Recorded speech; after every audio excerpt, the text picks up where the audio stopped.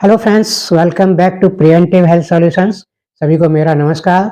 दोस्तों, आइए आज हम बात करेंगे प्रोस्टेट की प्रॉब्लम को घर पर या नेचुरल तरीके से कैसे मैनेज किया जाए। क्योंकि जैसा कि हम जानते हैं, नॉर्मली प्रोस्टेट की प्रॉब्लम, प्रोस्टेट एक ग्रंथि होती है जो पुरुषों में पाई जाती है और 50 इयर्स की एज के बाद लगभग 1/3 पुरुषों में प्रोस्टेट की कुछ ना कुछ समस्या आने ही लगती है।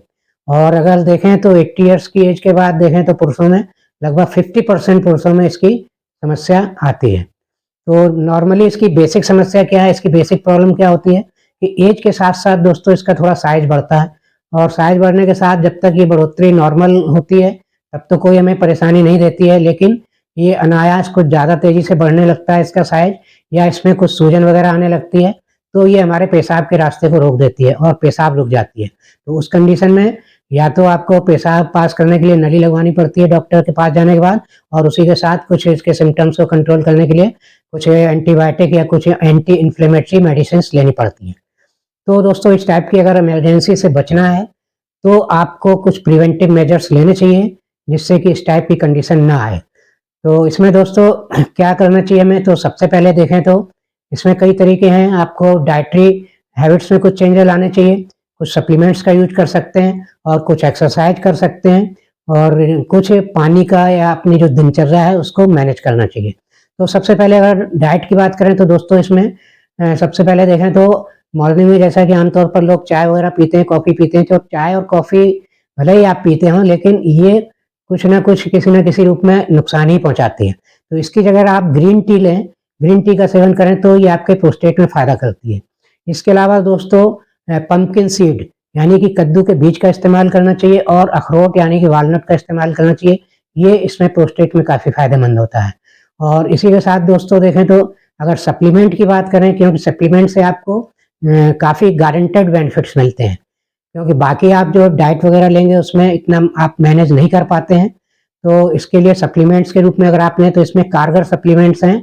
एक तो गार्लिक सप्लीमेंट्स है और दूसरा है आपका ओमेगा 3 और तीसरा सप्लीमेंट है vitamin C sustain release tablet. तो ये 3 तरह के सप्लीमेंट्स अगर आप ले रहे हैं और इनको आप ज़रूरत के हिसाब से विंटर सीजन में सप्लीमेंट्स पर ज़्यादा जोर दें, क्योंकि इससे ही आपको ज़्यादा इफेक्टिव रिजल्ट मिलेंगे। तो इनका फ़ायदा उठाकर आप इसको इसकी जो इमरजेंसी कंडीशन है उसको पूरी तरह से रोक सकते हैं। इसके अलावा दोस्तों देखें तो और खान-पान में क्या परिवर्तन कर सकते हैं, जैसे कि आपको डेयरी प्रोडक्ट, मिल्क, कर्ड, मट्ठा वगैरह ले सकते हैं, लेकिन यहाँ पर जब भी मिल्क लें या दही लें तो उसमें पानी की मात्रा ज़्यादा रखें। तो ज़्यादा गाढ़ा दूध या ज़्यादा गाढ़ा दही नहीं लेना चाहिए। मट्ठा ले सकते हैं। और इसी तरह दोस्तों देखें तो इसमें कुछ और खाने-पीने की चीज़ें जिनमें एंटीऑक्सीडेंट पाए जाते हैं, जैसे फ्रूट्स की बात करें तो आप इसमें ऑरेंज या सिट्रस फ्रूट ले सकते हैं। अनार भी फ़ायदा करता है, लेकिन जाड़े के दिनों में इस टाइप के सिट्रस फ्रूट्स या कुछ फ्रूट्स लोगों को नहीं सूट करते हैं, उन्हें ठंडे लगते हैं और नहीं खाते हैं। तो इस कंडीशन में आपको ओमेगा 3 और विटामिन सी सप्लीमेंट ज़रूर लेना चाहिए और इसी के साथ गार्लिक भी लेंगे तो वो और अच्छा है। तो इस तरह से दोस्तों इसको आप मैनेज कर सकते हैं अपने घरेलू स्तर पर या नेचुरल तरीके से। इसी के साथ कुछ एक्सरसाइज या फिजिकल एक्टिविटीज़ की बात करें तो दोस्तों इसमें फिजिकल एक्टिविटीज़ में वॉकिंग हमें मेंटेन रखनी चाहिए और लगातार किसी भी स्थान पर जैसे चेयर वगैरह पे बहुत ज़्यादा लंबे समय तक लगातार बैठकर कोई काम ना करें।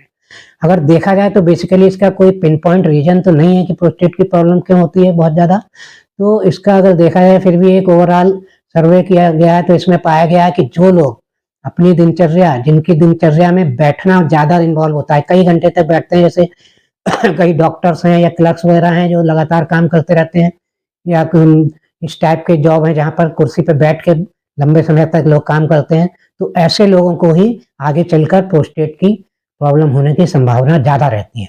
तो लगातार बैठे रहना इसमें नुकसान करता है। तो लगातार बैठक अवॉइड करें और चलना, बीच-बीच में टहलना जारी रखें और यूरिन को भी ज़्यादा देर तक कंट्रोल में ना रखें। जब लगी है तो उसे रिलीज़ करना चाहिए, 2-3 घंटे पे यूरिनेशन आपको करते रहना चाहिए। अगर आ रही है तो उसे अननेसेसरी कंट्रोल ना करें, अननेसेसरी उसे रोकें नहीं। ये भी एक कारण बनता है प्रोस्टेट की प्रॉब्लम को एग्रवेट करने के लिए। तो दोस्तों इस तरह से ये वॉकिंग वगैरह की एक्सरसाइज आपकी वॉकिंग एक्सरसाइज के रूप में टेकअप करें तो फ़ायदा करेगा। इसके अलावा एक और एक्सरसाइज होती है इसमें, जिसे कैजल एक्सरसाइज कहते हैं। इसमें क्या है, आप अपने जो पेल्विक मसल्स हैं उनको करीब आप 5 सेकंड मतलब कॉन्ट्रैक्ट करिए और 5 सेकंड तक होल्ड करिए और फिर रिलीज कर दिए। फिर 5 सेकंड कॉन्ट्रैक्ट करिए, होल्ड करिए, 5 सेकंड होल्ड करिए, फिर रिलीज कर दीजिए। तो इस तरह से कॉन्ट्रैक्ट, होल्ड एंड रिलीज की प्रोसेस जो है, इसको आप 10 से 20 टाइम कर सकते हैं एक बार में, और ऐसे 3-4 बार दिन में अगर करेंगे तो इससे आपको काफ़ी फ़ायदा मिलेगा और ये प्रोस्टेट की प्रॉब्लम से काफ़ी हद तक छुटकारा मिलेगा। तो दोस्तों अक्सर इसमें एक प्रॉब्लम और होती है कि नॉर्मली जैसा कि हमने बताया एज के साथ प्रोस्टेट का साइज़ बढ़ता तो है, लेकिन थोड़ा बहुत बड़ा हुआ है तो उससे कोई रुकावट नहीं आती यूरिन में। लेकिन कभी-कभी क्या होता है, इसकी 3 स्टेज होती है। नॉर्मल बढ़ा हुआ है तो कभी रुकावट नहीं आएगी आपको थ्रू आउट अपनी मतलब जो भी आप ज़िंदगी जी रहे हैं, कभी भी आपको प्रॉब्लम नहीं होगी। लेकिन अगर कुछ ज़्यादा बड़ी हुई है तो उस इस साइज़ की बड़ी है कि उसमें क्या है, विंटर सीज़न में या कुछ और स्ट्रेस वाली कंडीशंस में इन्फ्लेमेशन हो जाता है, यानी कि स्वेलिंग आ जाती है हल्की-सी। तो उस मीडियम रेंज की बढ़ी हुई ग्रंथि में अगर स्वेलिंग आ गई तो वो पेशाब के रास्ते को रोक देती है। तो इस तरह से इन्फ्लेमेटरी कंडीशन को भी हमें कंट्रोल करना चाहिए, जिसके लिए सप्लीमेंट्स बहुत कारगर हैं। और दोस्तों अगर बहुत ज़्यादा बढ़ गई है, इसने परमानेंटली आपके पेशाब के रास्ते को धीरे-धीरे दबा दिया है, बहुत ज़्यादा संकरा कर दिया है, तो फिर ये प्रॉब्लम ज़्यादा बढ़ जाती है, तो फिर इसमें ऑपरेशन की भी नौबत आ जाती है। ऑपरेशन भी कराना पड़ता है। अदरवाइज़ अगर ये मीडियम मतलब इसका मतलब मीडियम एनलार्जमेंट है और कभी-कभी आपको प्रॉब्लम देती है यूरिन ब्लॉक करने की, तो वो होती है इन्फ्लेमेशन के कारण। उसको आप कंट्रोल कर सकते हैं अपनी हैबिट से, अपने लाइफ़स्टाइल से और डाइटरी सप्लीमेंट से, खान-पान से, इस तरह से कंट्रोल किया जा सकता है।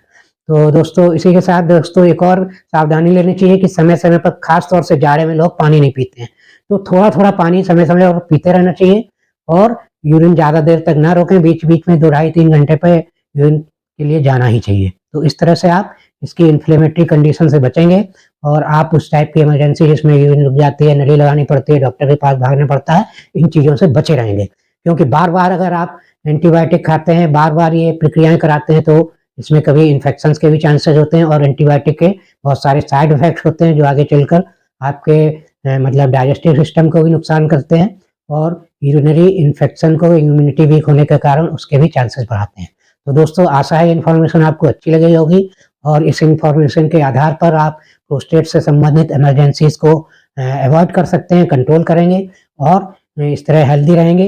इसी के साथ दोस्तों वीडियो अच्छा लगा है तो लाइक एंड शेयर करें और चैनल सब्सक्राइब नहीं किया है तो प्लीज़ चैनल सब्सक्राइब कर लीजिए। इसी के साथ दोस्तों thank you very much, see you in next video.